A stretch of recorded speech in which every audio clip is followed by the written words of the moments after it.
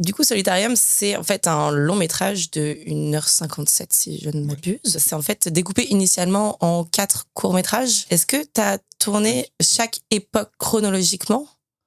Comment tu t'es débrouillé? Alors, presque, du coup. Il y a l'histoire où Gwendal apparaît pour la première fois. C'est une de mes préférées.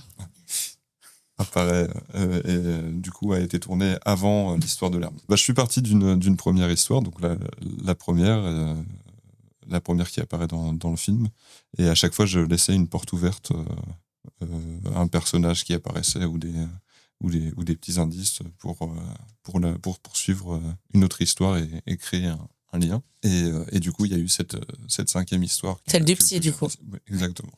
Elle ne se suffit pas à elle-même et qui regroupe toutes les histoires entre elles. C'est un peu l'histoire qui résout tout, en fait, qui explique. Est-ce que tu savais déjà la fin que tu voulais donner à ton film? Est-ce que déjà tu savais que tu voulais en faire un film? Ou alors au départ c'était vraiment court-métrage, pas court-métrage, et après tu t'es dit, ah tiens, en fait je peux allier tout ça?